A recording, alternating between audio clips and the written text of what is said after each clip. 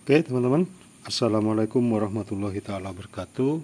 Jumpa lagi bersama Cak Sono di channel Nurul Mahaba Kapongan, channel yang membahas seputar elektronika. Dalam pertemuan kita kali ini, kita akan mereview rakitan power BTL ya, Namek BTL. Seperti apa sistemnya yang diterapkan pada power ini. Kita akan kupas tuntas berapa daya outputnya ya. Oke. Ini adalah kelanjutan dari video yang kemarin. Baik, kita nyalakan powernya. Di sini saya menggunakan tegangan 40 VAC ya. Berapa hasil output yang didapat. Oke. Bismillahirrahmanirrahim. Ini proteknya nyala.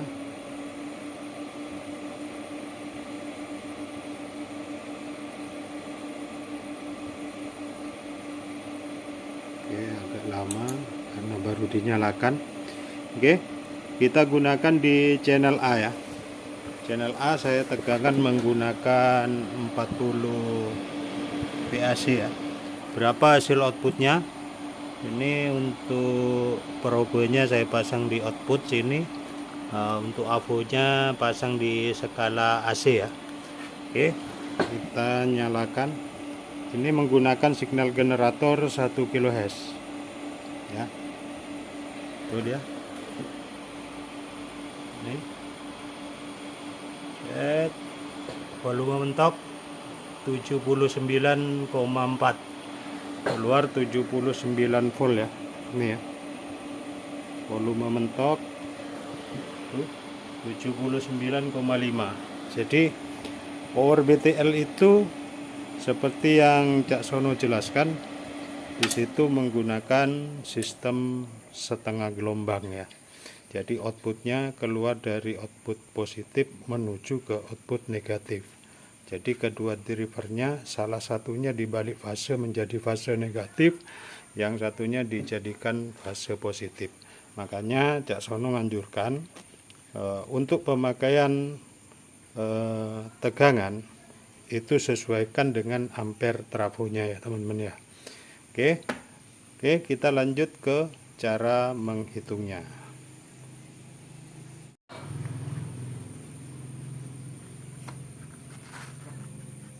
Oke teman-teman, kita akan mulai cara menghitung daya output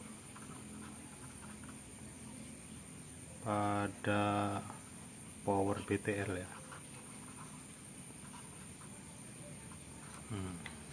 Oke. Dalam video tadi sudah jelas. Di situ saya menggunakan trafo 30 ampere dengan tegangan 40 VAC. Saya mendapatkan output sebesar 79,5 VAC ya. 79,5 VAC tanpa beban. Oke. Di sini sudah jelas dari power BTL itu ya. Itu terdiri dari dua driver. Ya, dari dua driver. Nah, dari salah satu drivernya ya, ini dibalik fase, ini menjadi fase negatif, ini jadi fase positif, jadi tidak ada grounding. Nah, makanya output dari power yang menuju ke speaker ini sistemnya setengah gelombang ya. Jadi kalau driver ini menggunakan 40 VAC, di sini 40 VAC, di sini 40 VAC, jadi ini ditambah ini, jadi outputnya di sini keluar sebesar 80 VAC. Ini secara perhitungan, tapi pada hasilnya tadi keluar 79,5 VAC. Jadi masih mendekati teman-teman. Oke, bagaimana kalau kita menggunakan beban ya. Nah, jadi kalau teman-teman sudah diperkirakan dengan bebannya, ini sudah berlaku hukum efisiensi, karena energi panas itu akan keluar ketika power itu dibebani ya. Misalnya kita menggunakan speaker, 2 speaker ya, kita menggunakan 2 speaker ya, 1000 watt ya. Jadi 2 speaker 1000 watt dengan impedansi 4 ohm ya. Ya, ini kalau di power BTL, karena ini sistemnya setengah gelombang, maka si power ini akan mendeteksi power kita di 2 ohm ya. Jadi hati-hati teman-teman, kalau menggunakan power BTL itu maksimal 2 speaker ya, jangan pakai 4 speaker seperti power non BTL. Nah, ini impedansi 2 ohm ini sudah sering saya pakai, tapi ini menggunakan 2 speaker ya. Jadi powernya mendeteksi 2 ohm ya. Kalau secara perhitungan di sini kita menggunakan tegangan 40 VAC ya. Ini kalikan 0,6 ya. 0,6 40 VAC 40 kali 0,6 sama dengan 24 VAC ya. Jadi karena ini power BTL, ini dikalikan 2 menjadi 48 VAC. Oke. Berapa arus yang dibutuhkan ya. Jadi seperti yang Cak Sono bilang tadi, untuk merakit power itu jangan sembarang menaruh tegangan. Jadi kebutuhan ampere itu juga diperlukan. Jadi semakin besar tegangan yang dipakai, dia juga membutuhkan arus yang besar juga ya. Jadi kalau kita menggunakan 48 VAC, maka di sini I sama dengan V per R, seperti itu kan. 48 dibagi 4 ya, kalau kita main 4 ohm. 48 dibagi 4 sama dengan 12 ya, 12 ampere. Nah, tapi di sini untuk power BTL secara teori, di sini ketika kita pakai impedansi 4 ohm, dia akan mendeteksi 2 ohm. Jadi kita perhatikan, arus itu sama dengan V per R, jadi 48 dibagi 2 itu sama dengan 24 ampere. Ini secara asumsi ya, ini berdasarkan asumsi dia membutuhkan 24 ampere. Jadi kalau trafonya teman-teman itu di bawah 24 ampere, ini akan terjadi drop tegangan. Itu sangat berisiko teman-teman ya. Ketika terjadi drop tegangan itu sangat berisiko, terutama pada drivernya nanti tidak akan stabil ya. Kalau kita menggunakan 30 ampere, ini masih aman teman-teman. Berapa daya output yang didapatkan? Jadi P sama dengan V kali E. Jadi di sini kisaran daya yang didapatkan ini sebesar 48 dikali 24 sama dengan ini kisaran 1000 lebih nih. Oke, 48 dikali 24 1152 ya, ini sudah cocok ya, sudah cocok untuk mengangkat speaker 1000 watt ya. Dia sudah bisa bekerja maksimal. Nah, kalau mungkin teman-teman pertanyaannya mungkin kalau pakai 2 speaker apa enggak 2000 watt? Kan seperti itu teman-teman.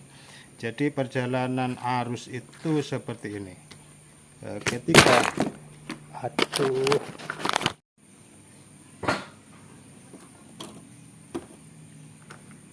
Oke, sorry teman-teman, HP-nya jatuh. Jadi ketika kita menggunakan dua speaker 1000 watt di sini,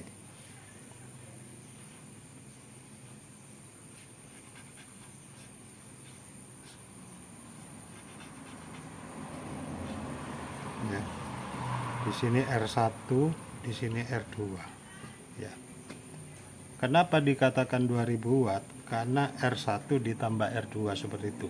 Tapi pada dasarnya di sini tetap 1000 watt, di sini tetap 1000 watt. Ya. Paham ya teman-teman ya? Jadi seperti hukum Kirchhoff, arus masuk itu sama dengan arus yang keluar. Ini sama dengan I out ya. Arus masuk sama dengan arus yang keluar ya. Oke, jadi ketika di sini 1000 watt, di sini ada 1000 watt ya, daya ya, P sama dengan 1000 watt atau 2000 watt. Jadi ketika masuk di sini, ini akan terbagi dua. Misalnya di sini 1000 watt dayanya, maka masuk ke sini 500, masuk ke sini 500. Nah, keluarnya tetap 1000 watt.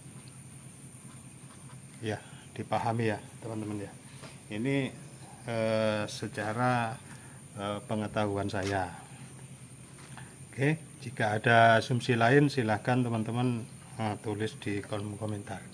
Oke, kalau kita merakit power, misalnya kita baru mau merakit power, Bang, saya punya speaker 1000 watt, berapa tegangan yang dibutuhkan dan berapa ampere ya. Oke, kita proses dulu untuk speakernya, R nya ini 1000 watt, 1000 watt ya. Ini kali 1 kan, kali 1, jadi ini 8 ohm ya.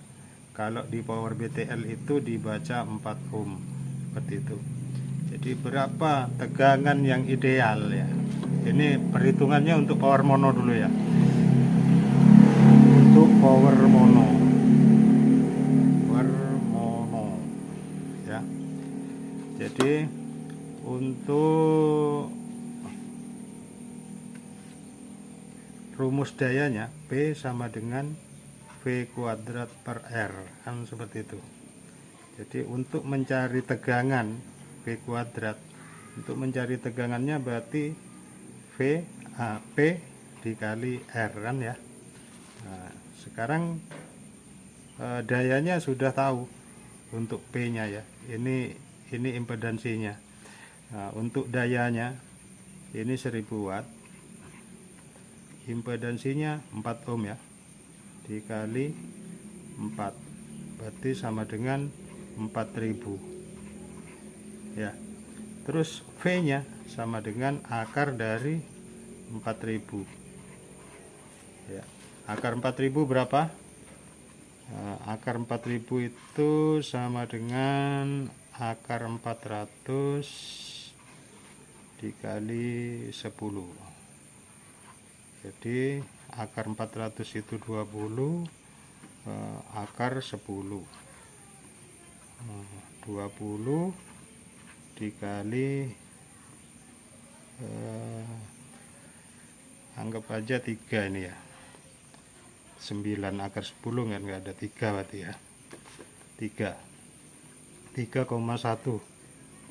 Jadi yang dihasilkan untuk tegangannya maksimal di 60,2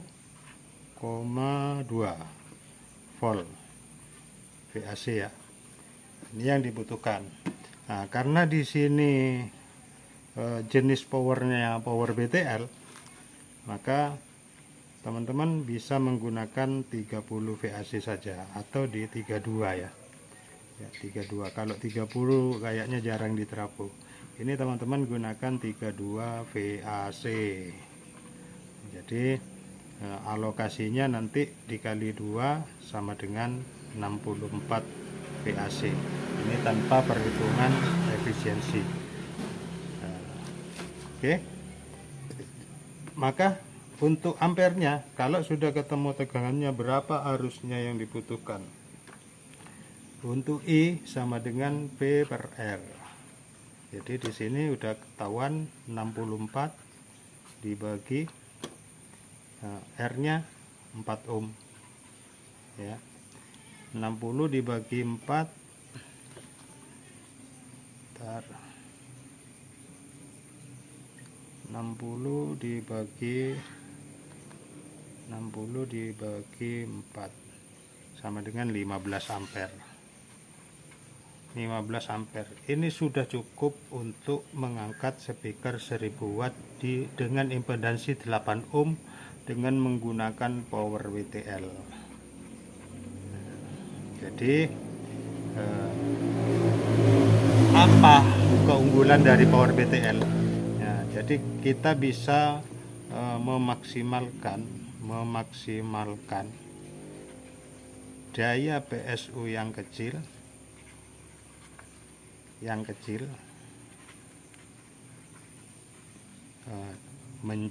dengan hasil output yang besar.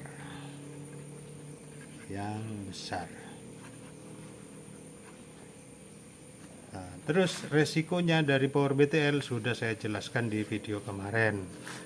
Jika tidak bisa menangani drivernya, maka dia overhead, panas, ya. Jadi ini yang paling rawan power BTL gagal karena overhead, ya. Ketika panas, setiap transistor itu mempunyai temperatur, ya, mempunyai datasheet dengan temperatur tersendiri. Dia berapa Celcius akan mengalami short, di situ ada temperaturnya, ya. Oke, seperti itu penjelasan dari Cak Sono sedikit, semoga bermanfaat. Jika ada yang belum pahami silakan tanyakan di kolom komentar. Terima kasih sudah menonton. Saya akhiri. Wassalamualaikum warahmatullahi wabarakatuh.